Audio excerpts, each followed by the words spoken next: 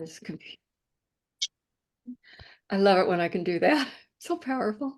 So forgetful about this so many times. It makes me feel good when I actually remember. So actually, good morning from the Act Via Zoom team. We have Wendy and Cindy, and I don't see Marilyn here this morning, but she's not a morning person anyway, so not to expect her. And it's nice to have so many of you coming in from different parts of the state. If you have the ability to let us know what county you're from by renaming with your county, that would be great. So on behalf of Act Via Zoom, I'm really pleased to have Marty Gibbins here from League of Women Voters Washington, and some other members of his team, Karen and Janet and Mary Lynn, who are going to lead the discussion. And we're going to find out what we can do to impact the way that League of Women Voters impact the legislature. So Marty, please take over being host. Okay, I will do that. And this is somewhat of a small committee effort. The others that Carol just talked about, we'll all get into the conversation. But what we're really trying to determine for the lobby team, of which we, as for our members, is can we be more effective in communicating the news of the legislative session and what our positions are on the various bills that we take on to advocate for or against? Can we better communicate that to the readers of the legislative newsletter? And we put a lot of work in to both analysis of bills and to creating the legislative newsletter and associated action alerts every week.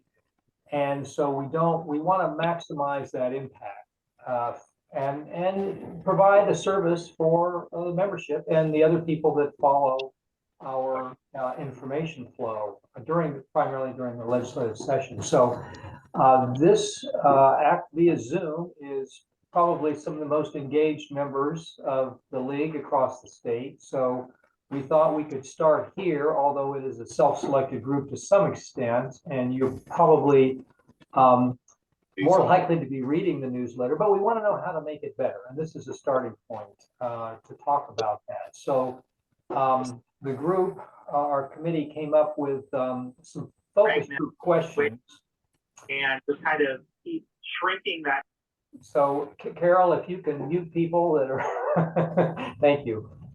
So we're going to go through those questions, and we have them coded by who's going to ask them if the other three have that document open. Otherwise, we'll ad lib as we go. But so the first question is, and what I guess another thing is, if you want to answer probably with this many people, use the raised hand to get in line to make a comment about it, and that will prevent a free-for-all in this case. So and you could stay muted until then when you had a comment if you wanted.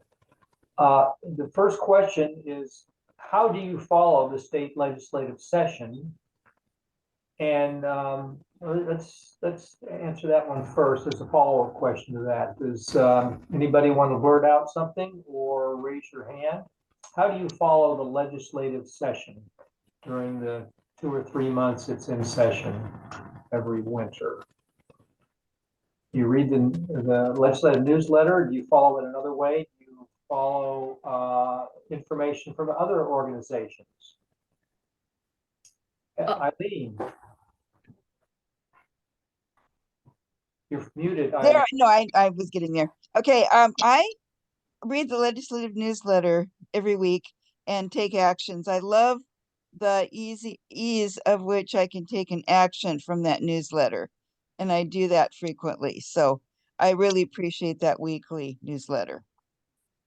Okay, good. Martha?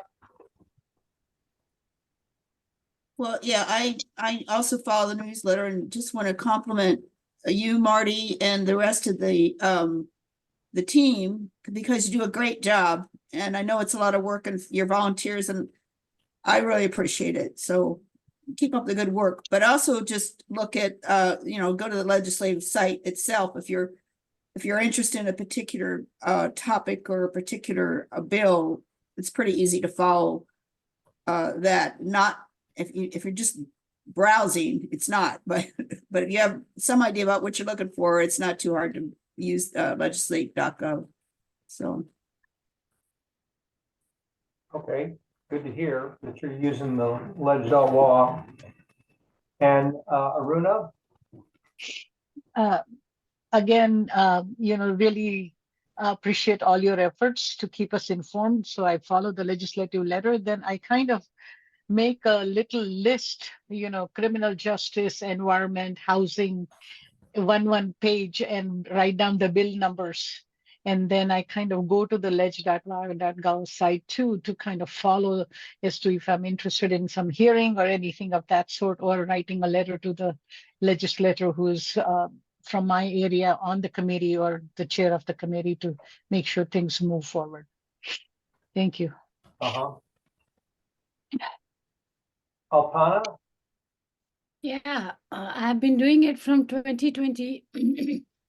This year I did for 3 organizations for 3 different causes: democracy, environmental justice, and also human rights things. So what I do is I just definitely look for your that you send that list of those bills that the league is following. So I check those bills on the LEG website, and what is that bill and where it is and which committee it is and who should I approach to and how can I do it fast, and then once I find it, and then I start writing to that person, like chairperson or who's in the committee. I start writing because I also look which county I am, and I started approaching them. So in that way, I do that. And also, just because I follow 3 causes, like democracy is my very important issue, and I also environmental justice and human rights, 3 bills, 3 different bills. So I have to keep searching them, and where they are, I keep making a note on my file where they are, in which committee they are, what next I have to do. If I have to call, I also call and leave a message. I write them, and I expect them to respond. Some of them, they do respond me. So that's the way it is faster. I think I don't do for particularly like your organization, but I do take those bills and I do independently because it's hard to do that.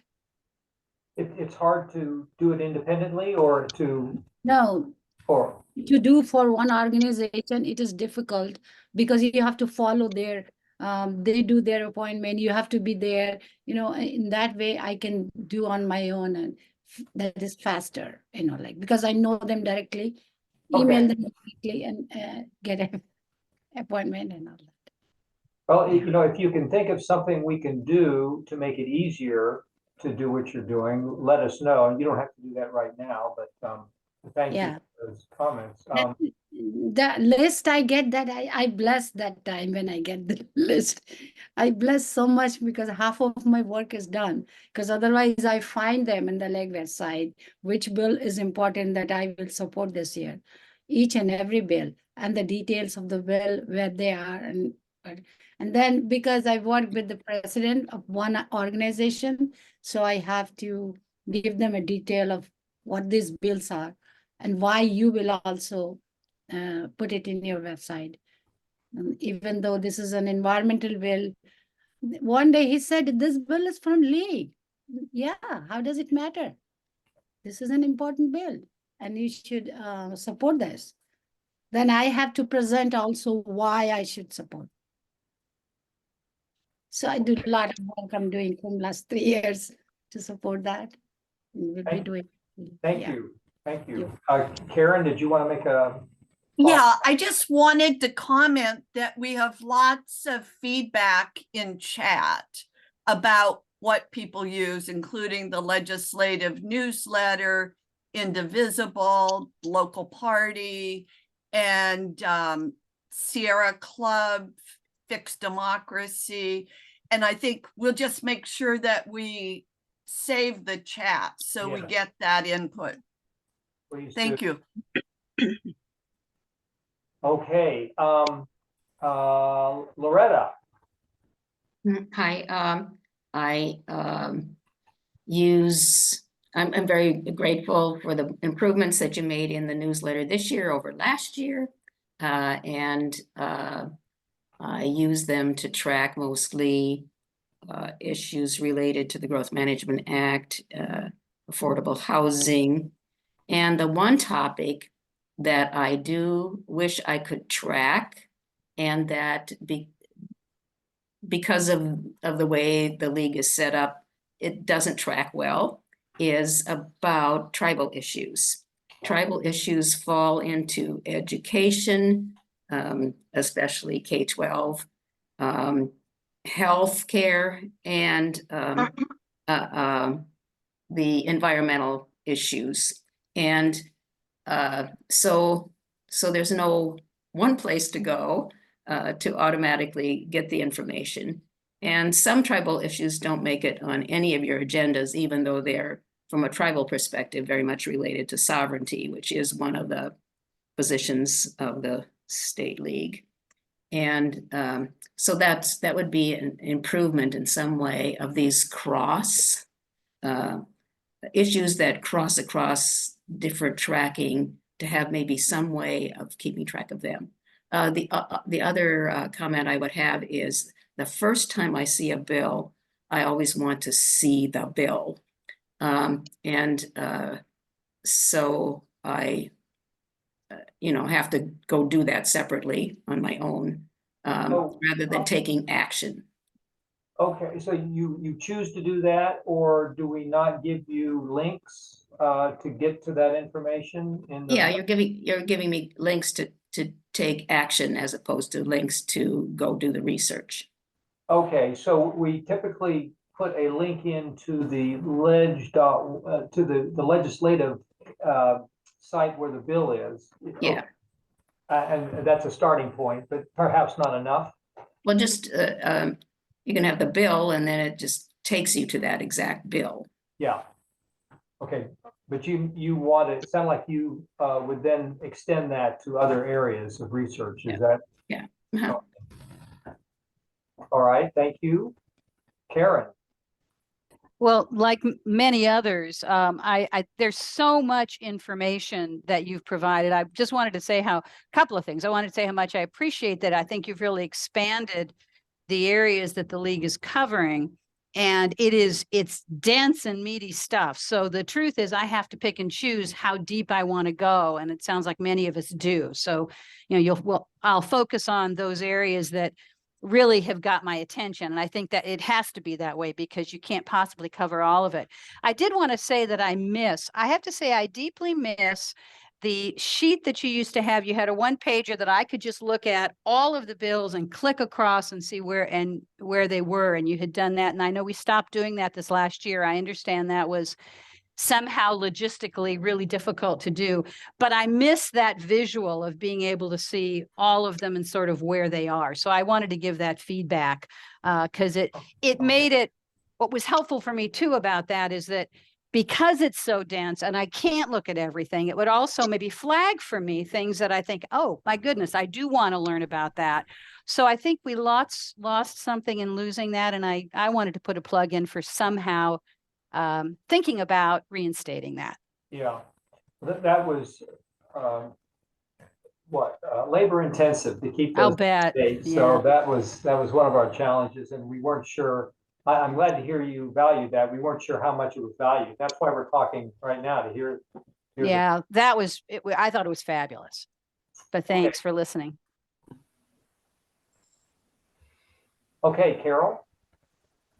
Yeah, I agree, have done all the resources that have shown up in the chat and people have talked, but I also wanted to bring up that I find Save Secular Healthcare's method of communication about healthcare very effective and something you might consider. They use a live binder, which retains the history of the actions that they've done, so people are able to catch up if they are just beginning.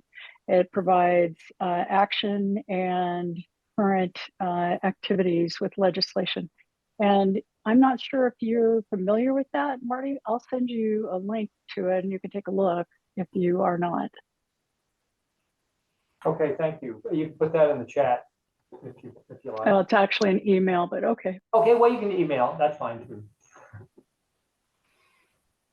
Okay, Laura? So I'd like to echo on Karen's scorecard concept. Finding the end of the story, I think, is really important. Did we prevail, not prevail? Didn't even get out of committee. And then to add another horrible piece of data to the whole thing, how many times has this particular piece of legislation been introduced? Because it's my understanding the first time everybody kind of, we won't even go anywhere. Second time, apparently legislators might get used to the idea, maybe we could contemplate, and it's like third and fourth time, do you have a win? So I think part of it is, at least for me, sometimes I feel like I'm missing the end of the story and the wins. You know, the celebrations that we got that bill through, you know, and maybe, maybe you just put through the wins. Maybe I got that it's too hard to track whether something died in committee or got on the floor and died there in votes and blah, blah, blah. But maybe here are wins, here are losses, and, whatever. But also if we could add in one more piece of information, again, I know it's too hard, but and you'll already do so much, and I'm so appreciative. But the idea of how many times has the legislature seen this in some version or the other? I got that things evolve, but the concept being introduced. So that would be appreciated. But I realize also why you might not be able to do it. So thanks for listening. And thanks for all the good work you do. Okay, that was quite a rich discussion. I think I've got my follow-up questions I asked. I think that there was another follow-up. Do you want to take more action during the legislative session? And that action would be either signing into bills or writing to your legislators. And any comments on that? Can we make either of those easier for you? And if you might want to just think about that, if you don't have a reaction right now, and we got some reaction. Okay, Carol Sullivan. Okay, I like to take action, and I trust the members of the lobby team because I know that their stance, oppose or support, is based on our stated action. Oh gosh, I don't have the right word for it right now. Positions. The positions in action. Okay. Thank you. Okay. I think it's really important to be sure that the format that is used for people taking action is the same across the board. It's so frustrating, and it really was better this last session. So I may not, have the right complaint in place, but it's just so easy when everything is lined up to make it the fewest number of steps possible to take the action, because I really do like to go through that whole list. But also, I think sometimes it got to be too long, too many, even for someone who, like me, wants to do the whole thing, just because if there are too many, it's a little overwhelming. I also see other organizations, and I'm not going to name names here, but another organization that almost always is in opposition to whatever we are supporting has actions that are almost like daily. You take one or two a day, and it's like feeding, it's kind of like spoon fed, but it's a little easier to swallow than a whole bunch at one time. And it also makes them more flexible and more able to respond to what's actually happening in the legislature at a certain time. So that's. Thank you. That's helpful. Aruna. Thank you. feel like as the bill moves forward with public hearings and, then it is cleared through executive committee, the amendments are made. And I think original intent of the bill sometimes gets much diluted, and some information on, do we continue to support as the bill moves forward or not would be very helpful. Thank you. Because original intent is really noble, but, amendments make it totally, ineffective. So that's a little bit more analysis of the bill meaning and effectiveness as it moves through the process is what I think I'm hearing. yes, that's correct. Thank you. Does it make sense what I'm saying? Yeah, it does. Yeah. Thank you. Okay, Karen. Yeah, I wanted to say, I actually loved this last year. I thought you made it so easy in terms of our clicking directly. First of all, we're so lucky to have the leg.wa.gov website, which actually does make it easy. And then you curate that for us and send us directly to the right link. And I appreciate that. So that was really helpful this year. I just wanted to make the observation that when we think about other organizations doing this, often they are single issue organizations. I think we have the real challenge that the league has so many different areas in which we are advocating. And I just want to remind us of how that adds additional complexity. If I am an environmental organization, I've got a clear focus on what I'm going to go for. And so you're going to get X number of bills. I'm really astounded by the depth of what we're doing. And so I just want to acknowledge, Marty, how that adds complexity when we don't have staff, because those other organizations have staff that are also curating. So I think it's extraordinary that we do as much as we do, really being an all volunteer organization. I think that's important to remember. And I appreciate that you're trying to get your arms around this, but I think it's important for us to realize, again, the breadth of what we do makes this very complex. And I appreciate that you're wrestling with that. And that reminds me, something I did want to follow up with, and maybe think about it, write something in the chat, or we'll bring it up later, is several of you have mentioned that you follow primarily maybe just 2 or 3 of the many issues that we do cover. And that's fine. What we want to do is make our information amenable to people that want to just follow a small subset and dive deeper into that, because that is certainly valid to follow like healthcare and really dive deep, do your own research, maybe do your own letter writing.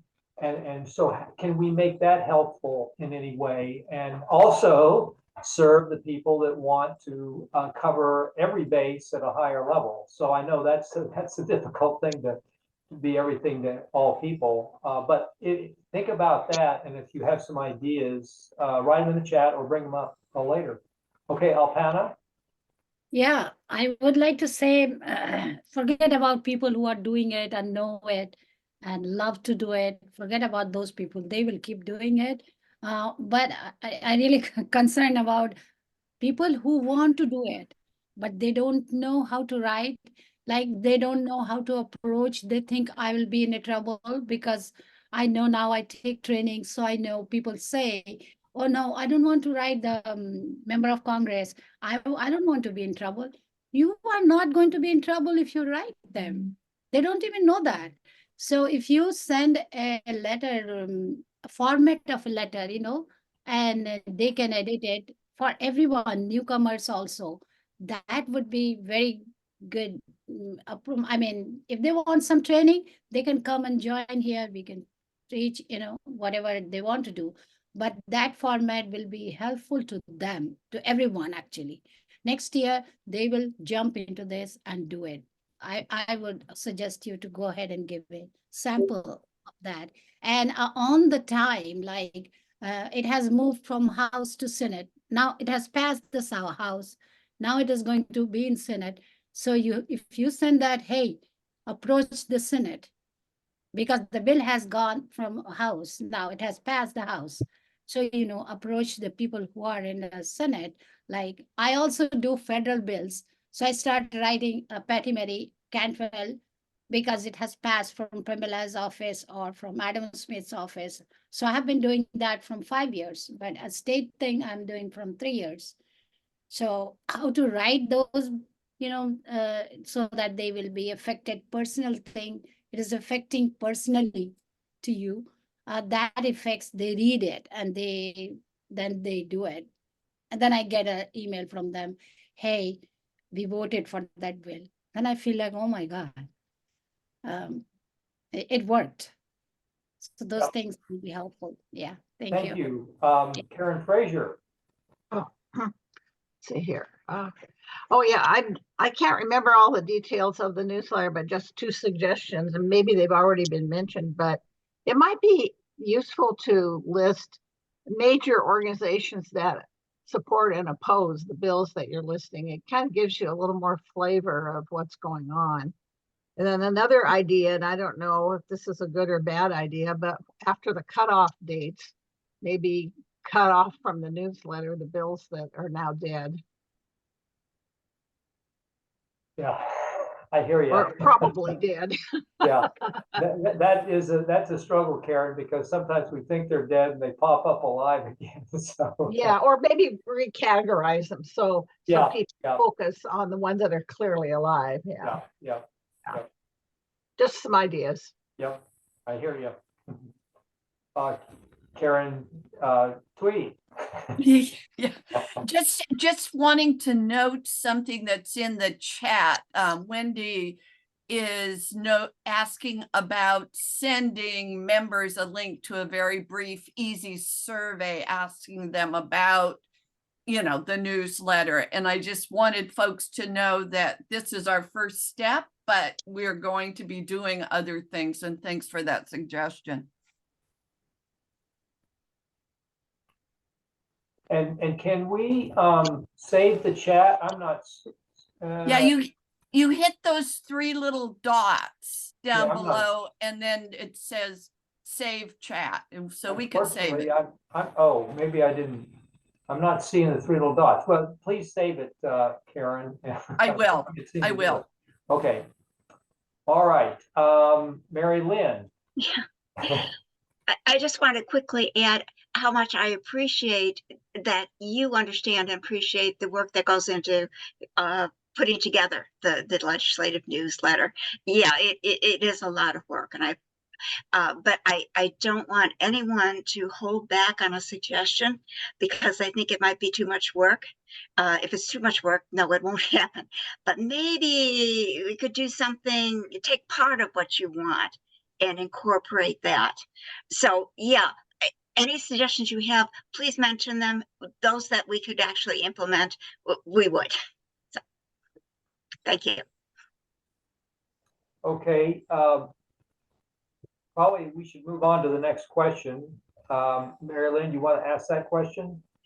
Oh, Me too. Okay, let me turn to the right page. What motivates you to take action on a particular issue? And related to that, what do you find helpful following through with that particular action?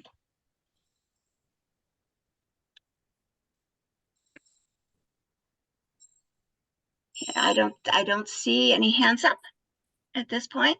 Is that something people want to think about more and put in the chat? And if so, that's fine.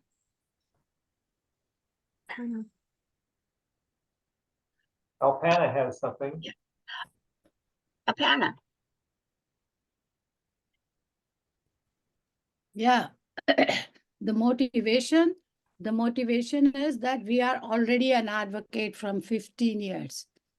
And if we care environmental justice, and if we care that bill number that is there in League's that website, and so, and I will check that bill on the LEG website. What is that bill and where it is, and is it a possibility to pass?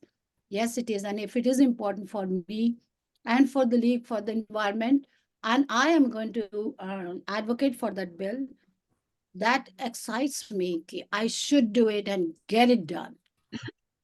I should get it until the last moment, like I'll find out, oh, it is in this committee, and then it is gone in the Ways and Means. Okay, let me approach the chair.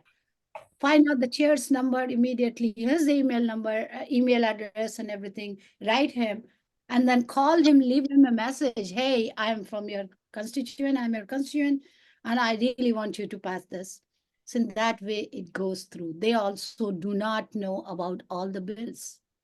When a constituent says directly to them, then it affects, because I do attend those meetings with Pramila Jaipal's office and Adam Smith's office. So their staff, chief of staff, when they are in that committee, in that meeting, and when I directly ask for, hey, this grant has not been sanctioned and it is there, and Biden has given this, people are suffering, then they have to take that issue. If they have no answer, they say next week, next month, I will be ready with the answer and say, do reply. So it is a passion, nothing else. Okay. If I could paraphrase that to make sure I understand what you said, your motivation for acting on something is personal, for something related uniquely to you that's happened to you or your community. And once you have that, what you need is the information so that you can take whatever action you want to take on that. Did I kind of catch what you said? Yeah, it's not personal. It's environmental justice is not personal. It's for everyone, and everyone needs to understand. Many people, they don't understand. The person I work with, he doesn't. He's focusing on political things. So I literally make a presentation, and I present, this bill does this, RAP Act does this bill does this. So now what do you think? Are you going to put it in your website? Then he agrees, yes, Okay. you're right. You're right. So I have to do a lot of work and they have 600 volunteers. Last time I did all those bills, I asked him, so put it in your website and put it in your action work. And he did. Some of them he did. The bus bill he did. Yeah. So the motivation is much broader. It's you're concerned about the community for the entire state, the people who live here. Yeah, everyone, also federally, some of the things I care about. So I fight for that. Yeah. Nancy. It's easy for me to do a pro or con on things that I feel strongly about. But when it comes time to actually writing something, I tend to not do that unless I have something personal about that particular issue, because I know that legislators really relate to personal stories. So that's just my comfort level. And I know the pros and cons little clicks are the last thing that they look at, and that the personal testimonies are the most important. But yeah, it takes a while for me to get really motivated to actually put my name down. So I'm just being honest here. Yeah, we're all busy doing a lot of things. Yeah. Carol. Yeah, I have to agree with Nancy. The personal stories are definitely motivational, but the other things that help me move forward are things that I see as maybe foundational. Everything is important, but how do you really focus, if you can't do everything, on things that will benefit more? And environment is one of those things. And then the other thing I would add is, if I'm that motivated, I would want to share the action with somebody who may not have the information or the access, but has the same thoughts about support, and let them know that this is coming up. Okay. What it's kind of a follow-up. What do you find that might be helpful as you're trying to follow up on the actions that you want to take? What sorts of things make it easier? What's been really helpful is having the links that go into the specific bills on leg.wa.com gov. And if it goes right into the pro or con, if it's some action that needs to be taken within the next 24 hours or 2 days or so, as we find out in the middle of session that all of this stuff is going on, that prioritization and attention to those specific things is helpful. And then, pardon me, just a reminder that reaching out to my legislators who are involved to let their aides know how I stand on it, because they'll see that there's a ton of pro and con, and there's standard statements, but then the phone calls seem to be as important, if not more so, because that's a person. It's not automated. It's someone who's taken that extra step to speak to the legislator. I think that would be a companion piece to whatever action we're asked to do, is to sign in because it's part of the record, and call because it's part of the memory, or part of their the numbers the legislators can use to say, I've heard from this many people that they want to see this happen. So your suggestion, perhaps a second step. First step, sign in pro or con on a particular bill. And then the second step, that would be a suggestion if people have enough time or motivation, call your legislature, and that should be part of the suggestions we offer. Okay, yeah, because one of the one of the things about Lobby Week is that we select topics to talk to the legislators about, and it may be that it ends up being a thank you for your vote on this in this way, or sometimes it's far enough out that it hasn't reached them yet. It won't reach them until it's either out of either house. And so we need, or either chamber, we need to keep in mind when that happens, because I've advocated for something to a senator when it hadn't gotten to them yet. It was being considered by the legislators, the representatives at the time. So yeah, if that's relevant, I thought I'd share that. Yes, that is. Thank you very much. Eileen. Yes, I'm motivated when it's really easy. I'm very busy. And so if I have a pre-written letter that I just have to add my name to, or a personal comment at the end, that really helps me. I'm much more likely to respond to something like that. So if it's easier to do, it's easier to do. more Yeah, likely to happen. a couple clicks and it's done. Then I feel like I've accomplished something, and I don't think my legislators are going to know what other legislators have received, and so it can be simply support something, or I do the pro con, but in addition to that, if it's a letter that needs to be written, I do that frequently. Okay, thank you. Yeah, Apana.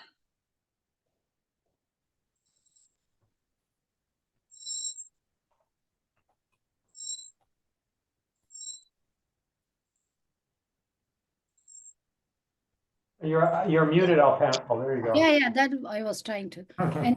And anyway, I just wanted to say that, if you are a community leader, it's not necessarily everything has happened to you. It never happened to me, but I do fight for them. I stand for those community people who are suffering because others are not standing for them. I directly talk with the senator's office, Patty Murray's office, or Pramila Jaipal's office, or Adam Smith's office. And last meeting, I did talk about Radiation Compensation Act, because most people who were affected with the radiation, there's no treatment. Their families from one generation to another generation, they are suffering with that effect. And the government did not even inform that they are exploding that bomb in that island. And everybody is affected. So if no one says that, then they are going to die actually, because there is no, I want them to renew that compensation. So I literally stand and I fight for that. So that I have to do the homework, everything nicely. what the bill number is and what exactly happened, where happened, how many people died, and how many people were affected, family and children were died, everything on the screen, and then I talk to them directly. So you have to stand, even though it is not directly connected. It's not directly connected with me. I've never been affected with radiation, but I stand for those people there because, and now, right now, we are working to organize the asylums who have been kicked out from their house. There are 400 asylums out, and they're in the Seattle Park. There are so many 200 children, and without food, without shelter, there is nothing. If you guys can do anything, please go ahead and do that. 25 million money has been sanctioned from federal government, but it is a process that will take time, at least 2 months. So where they are going to live for 2 months?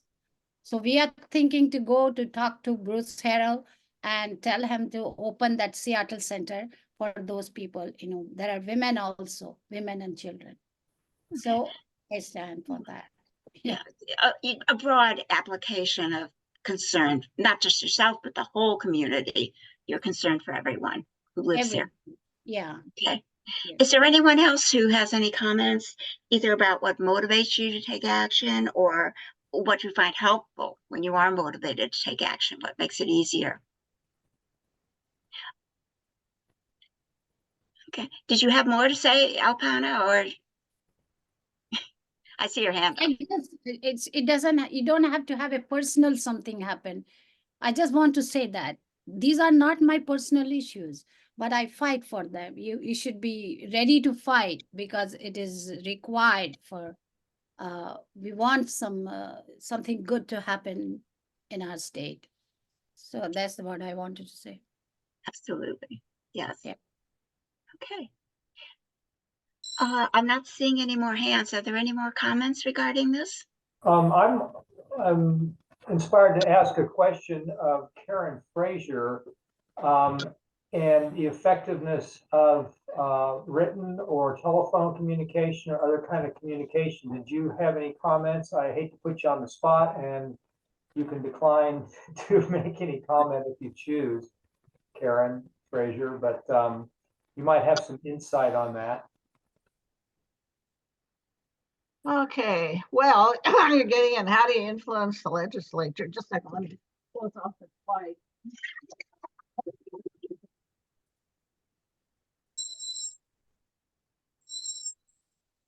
Well, let me try an executive summary here. Basically, everything counts. And, but it's really good to get to know the style of your own legislators because the thing that's most important to each legislator is what their district thinks or what the opinion is of major organizations they like to ally themselves with. So you got to know who your people are really to be most effective. Let's see. And quantity counts. When you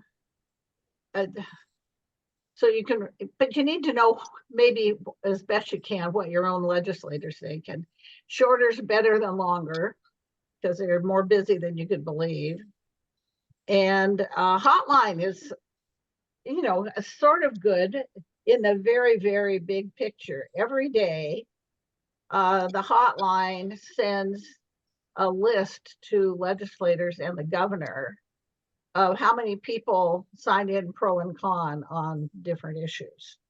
So that's something easy to think about, but that doesn't, I don't know.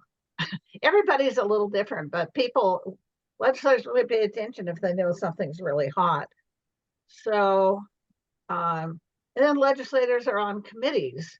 So legislators who on a particular committee pay more attention to those issues than others do. So that's why people hire professional lobbyists, because to be really effective, you kind of have to know all this stuff.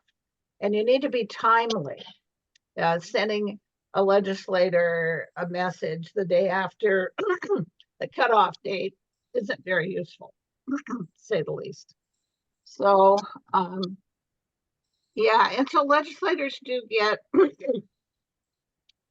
a lot of email, go by email. They don't like paper mail anymore. That's a whole new thing. But with COVID, that all changed. Now they don't want paper mail. I don't know. Ask me some questions. How about phone calls? Is Yeah, that you can call and leave a short message. okay? Yeah. So that is effective, or is that bothersome? That's No, they hire people to take all those messages and they let their member know. You know, my staff would give me a list every day of who called and what they called on. It's got to be short. If you want to do something longer, do an email. And yeah, testifying at hearings is important. Having quality testimony at a hearing with a little bit of passion, I would say. Sometimes the League of Women Voters just gets up there and reads a statement. And it's nice to have somebody be a little bit extemporaneous and put some oomph into it.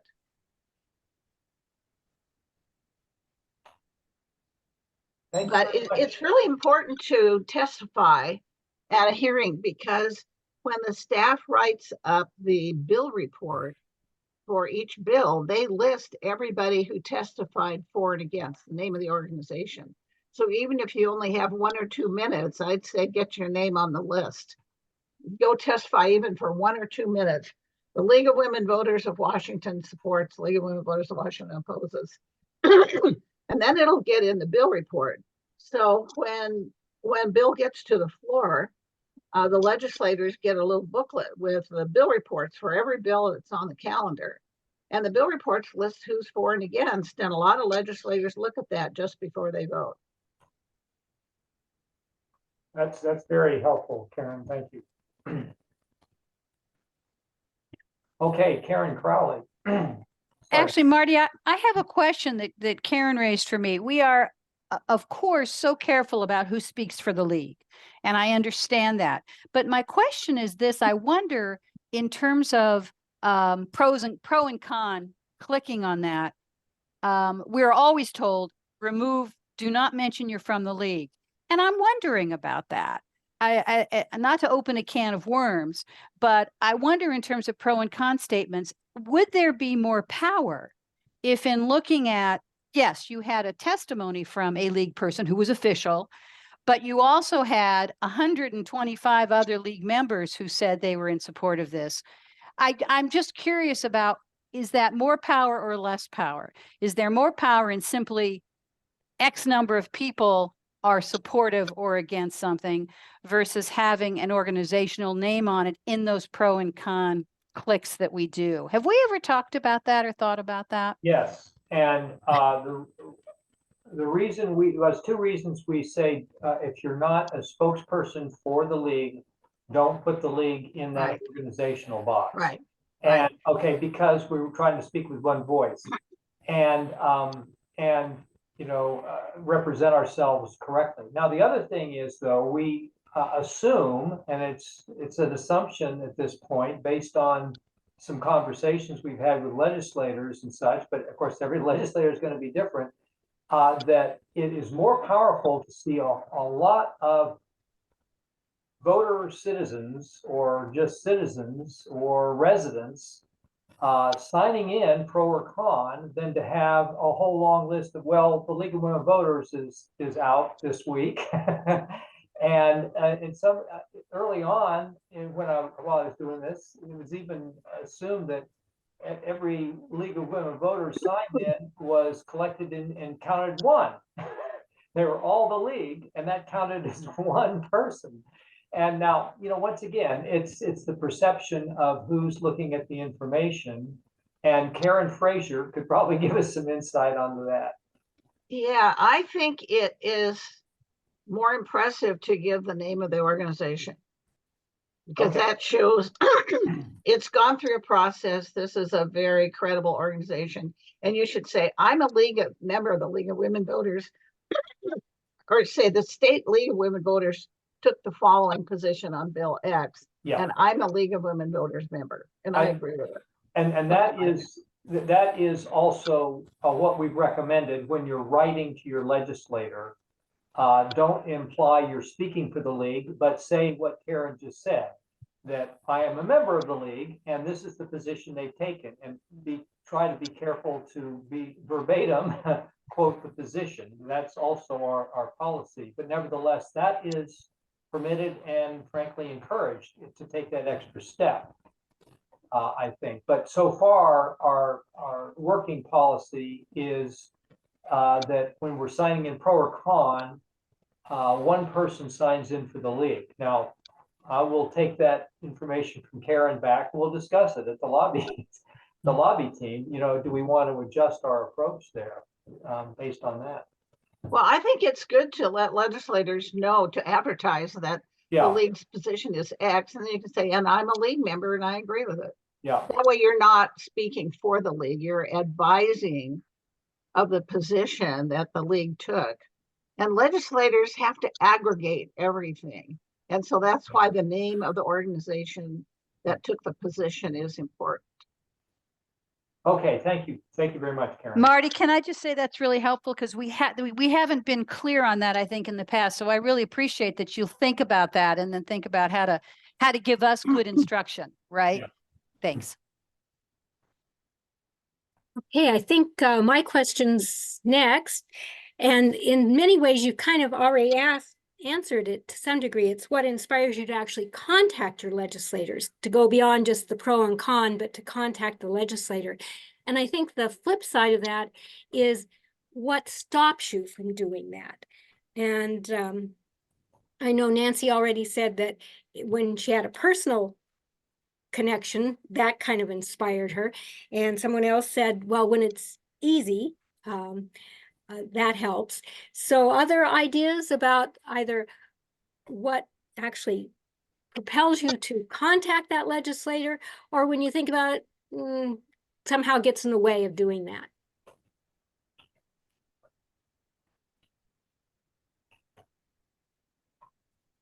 Alpana. Yeah, yeah. Unless you contact them, you will not be able to talk to them face to face. They should know that it's my constituent who is talking. Okay, and they are supposed to hear whatever the constituent wants to. So when you have an appointment on the Zoom and you want to express what you want to say, then you mention that, hey, I want that school bus within 5 to 8 minutes. You know, you have to say everything. Just say, hey, I'm interested in this. I'm a constituent and I'm interested in this bill because this bill does this, whatever. Ready for that.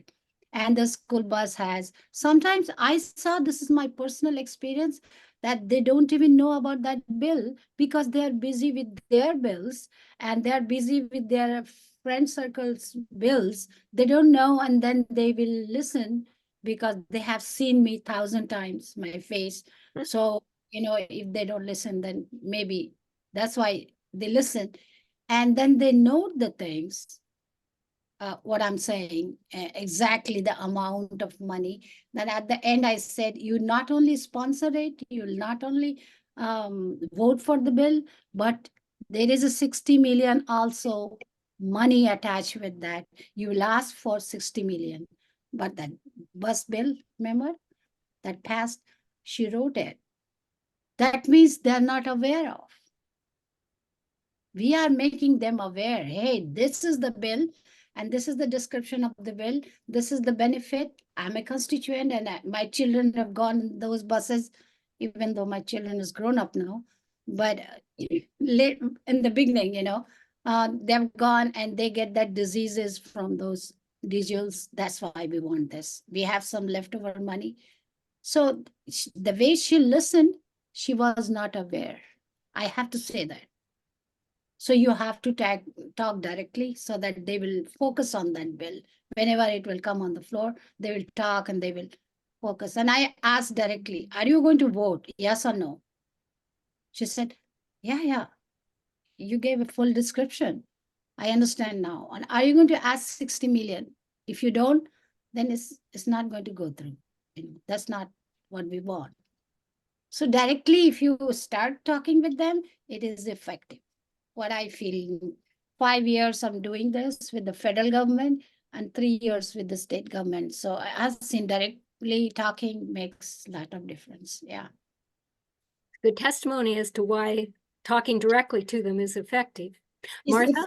and you have to have a good homework.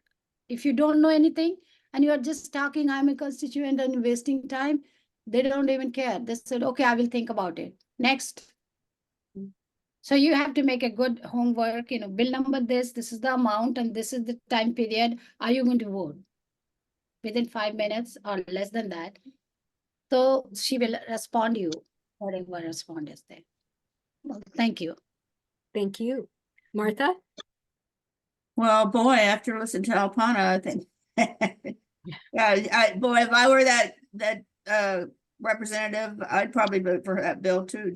Anyway, I think it does depend on the legislator and whether this is a bill, like if they're on the committee, if it's a bill they're sponsoring, or if it's just an area they're interested in. If they are not interested in that and they're not sponsoring it and they're not on that committee, my experience has been a lot of times they will just kind of say, yeah, thank you very much. If you're a constituent, they'll talk to you, they'll listen to you, but it may not get you everything you want. So I think it just depends on the bill and the representative or senator you're talking to. So it sounds like you pick and choose who you choose when you choose to actually contact a legislator in terms of whether you think it will be effective or not. Exactly, that's instead it. of just scattershot. Yeah, I know. I mean, and the problem is we only have so many legislators that we are constituents for. And it just, if, they're not always going to be that into what you're trying to push. So. She's right, 100%. And you have to know that woman, that senator or that representative, supports environmental justice. And these bills they have already done. So approach them, or the representative approach them, and it works. Not with everyone, but yes, she's right. Okay, we are reaching the 60-minute mark. I don't have a problem continuing. Carol Sullivan, do you have an opinion? And if people need to leave, I understand that too, but if people have more to say, we'd like to collect that, I think. Marty, we often run over a few minutes, and I think that if when you're really ready to wrap up, that's when we stop recording. Okay, all right. People can, if they wish, they know that. So okay. You and I might just end up talking, but whatever. Okay. Well, let's see. Karen Crowley, one of the many Karens on call. Did you have something else?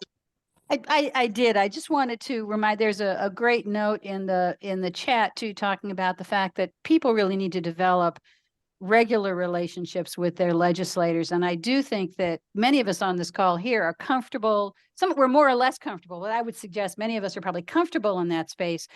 I think the challenge we have is we have a lot of league members that aren't yet comfortable in that space, and we don't have year-round relationships. And so when we try to jump in on lobby day, you have a lot of folks that are saying, I haven't done this before. My point here is that I would love for us to think about some ongoing training and encouragement for leagues across the year on how you actually do develop a great relationship with your legislators, and how to get comfortable in that space. So just remember, we have league members at all levels of expertise and involvement, and it will serve us well as a league in general if we develop good year-round relationships with our legislators. And so think about how to get many of us more comfortable in that space. Thank you. Martha Burke. So I don't know if this is the place to bring this up, but since you're doing this, Marty, I'm interested either today or at another meeting to find out, you on the lobby team, we have these 3 initiatives that are going to be on the ballot in November, and I'm really interested in finding out your advice or the league's advice on how we can educate voters on. We have league positions, and the league has come out, state league has come out against these initiatives, but I think they're complicated, and we're going to need to educate voters about them. And I'd like to know or get the advice from you guys about how to do that. So that's just my comment, but I'll. Okay. Yeah. Yep. We are working that, and we are writing short snippets of news into various streams of the news that we write. So, but thank you for pointing that out, and that there is some interest there. Yeah, I just wanted to add that if you teach them how to testimony online effectively, that is wonderful. Because when they talk, they just don't talk effectively. When they talk on the screen, they just say, I want this, and I am a constituent and that. No, you need to make a story, and how to do that. If you give a training to them, and there are many videos, you can make your own videos. Then one person is talking, I'm a constituent in this and that, madam, sir, how exactly they talk on the floor. If you do that, create that scenario on the Zoom, then they will learn and probably they will do it. That is important. The other organizations are doing this. So I'm saying. Okay, Aruna? There are going to be a lot of new legislatures, in the state this 2024, 25, elections, and how to work with the new, partners in the legislature coming on board. Okay.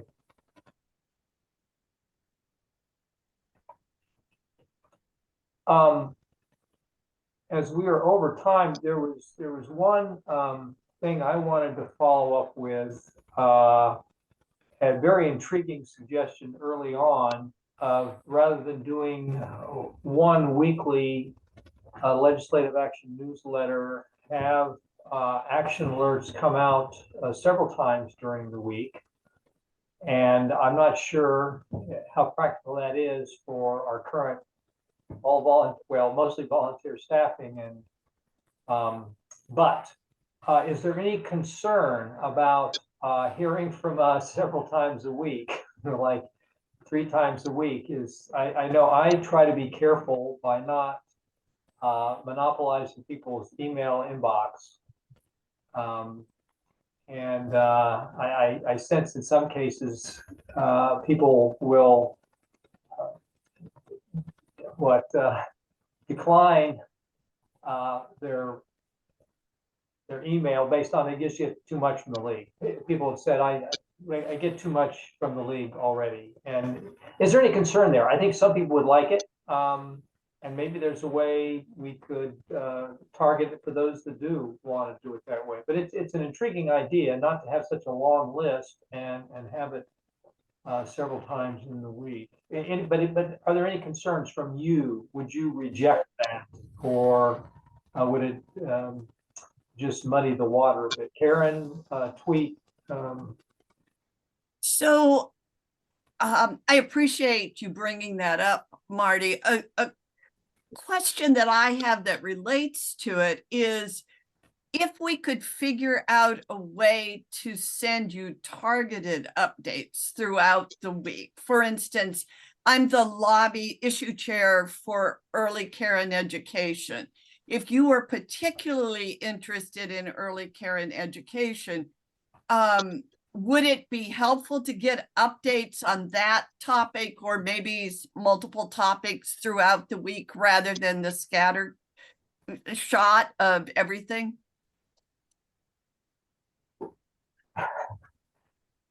See some nodding heads. If you want to put a vote in the chat, please do. Alpana, you're back up. Yeah, I would not be effective if three times in a week, like the emails are coming from league, because I'm in 4 Washington State review panel and I'm Washington State collaborative health and on those panels. Plus I'm in 2 boards, plus I teach, plus, all in advocacy teams. So it would be difficult for me for 3. So once a week is fine. And that will cover all the bills that you want us to look at.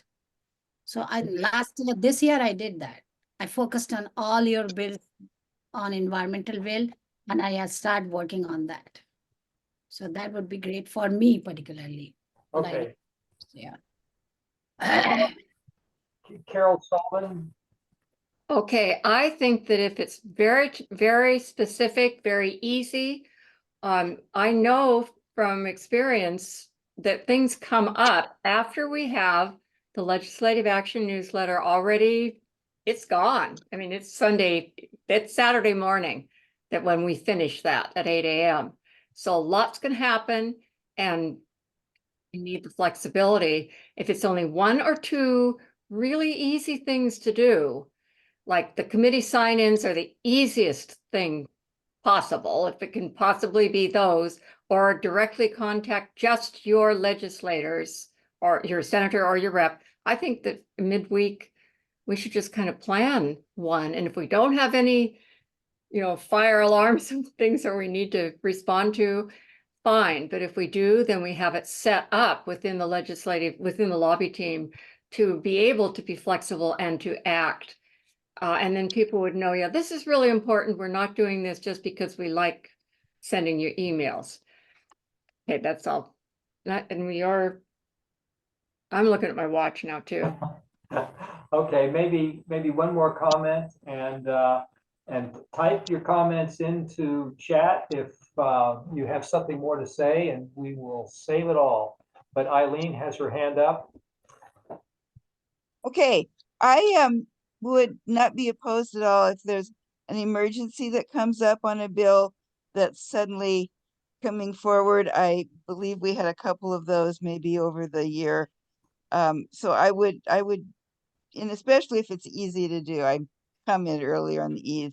So I would not be opposed to getting emergency ones in addition to the once a week one.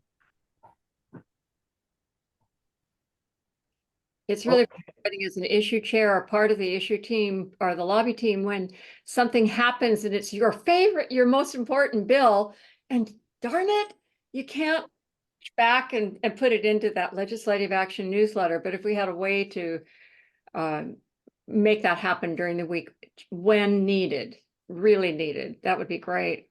Okay, I'll stop talking now. Okay, well, we've been at it for 70 minutes. I have to go. Is that enough? I think a lot of us have full schedules. So I thank you very much for participating in this. A lot of good ideas came out of it, or intriguing ideas, to see if we can make them practical. And but everything has been helpful, I think, to give us perspective on the lobby team on how we're doing and how we can do better. We'll always have to try to do better. Thank you again very much, and see you in the fall if I don't see you sooner. Marty, bye now.